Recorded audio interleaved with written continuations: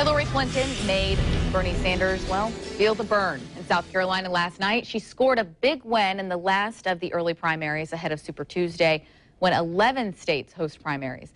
Many are calling Clinton's 73-26 victory a landslide, and it puts her in the lead for the delegates in the race so far. Now, joining me now is Dr. Matthew Corrigan from the University of North Florida Political Science Department to analyze Clinton's win. A very big win for her. Most people were expecting this win, but what we did find out is minority votes from African Americans, they really came out and voted for her over Bernie. Yeah, good morning, Ashley.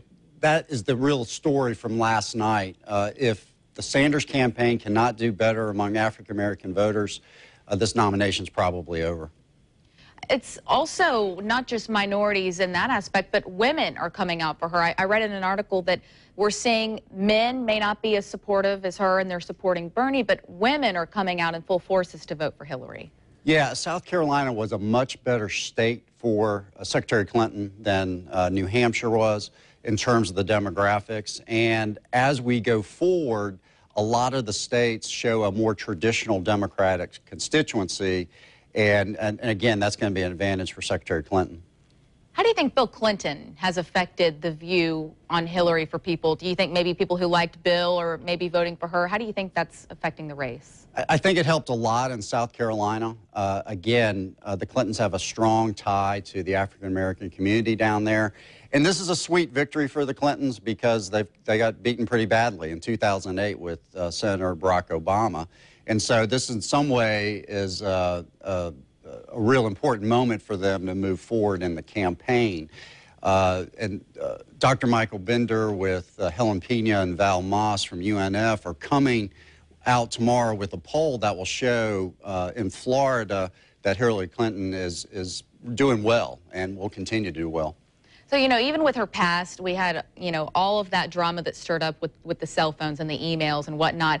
Even with that, she had some trouble. Recent polls are showing, at least in South Carolina, that voters there still trust her more than Bernie. Do you think that had a big impact as well? And why is that? Why do they trust her more than Bernie? I think the trust question is a lot more important in the general election for Secretary Clinton. I think Democratic voters generally like Secretary Clinton, and what you saw in some of the earlier states was the real liberal wing of the Democratic Party saying, wait a second, we don't want this nomination to be a walkaway. And so that's where Sanders got his support. I think the trust issue will really come up again in the general election. There is an FBI investigation going. I mean, I would even say the bigger threat to Secretary Clinton's nomination is not really Sanders, but more likely this FBI investigation. Question two, do you think that she is going to be the pick? I mean, she's won the majority here. I know Super Tuesday is really going to be telling, and if she continues to go forward, is that when Sanders is going to back out? I mean, when is that going to happen, you think? If at all, maybe he's going to pull through. What's the possibility? Yeah, the only reason that candidates get out is they run out of money. It's not that they don't believe they can win or they lose momentum. It's that they run out of money. Sanders has set up a great operation where he's getting small donors to contribute time and time again. So he's got the money to go on. He may have the money to go all the way to the convention. But the problem is, again, if he can't do better among African-American voters, he got beaten 86% to 14% yesterday among African-American voters. He's not going to be the Democratic nominee. Again, Secretary Clinton, I think, will have a big day on Super Tuesday. A couple of states to watch for people who are really watching this on Super Tuesday are Minnesota and Colorado. If Sanders can somehow win those states, that gives him a little bit of momentum.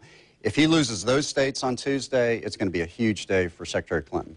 How about young voters? Obviously, you're at the University in North Florida, the college students.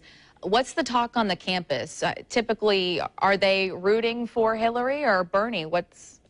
Yeah, I think Senator Sanders is making a unique pitch in that he's offering free college education, so that's a winner for college students. I then ask who's going to pay for that, and then they don't have that quick of an answer. So, yeah, I think Sanders is doing okay among college students at UNF, but of course, the big media story has been Trump. And so a lot of people are talking about that, and in some ways really can't believe that Trump is dominating the race so far on the Republican side.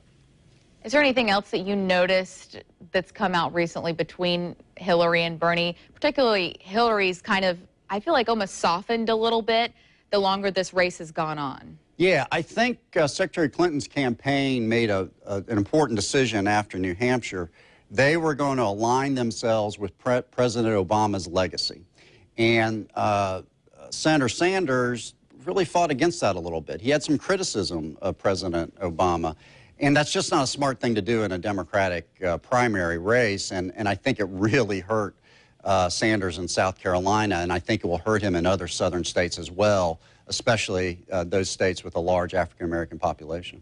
Well, thank you so much for joining us this morning with your perspective. And, you know, you'll want to stay with us in about 15 minutes. Kent Justice is joining us to talk about the takeaways from South Carolina primary and Clinton's win, particularly as the country turns its attention to Super Tuesday.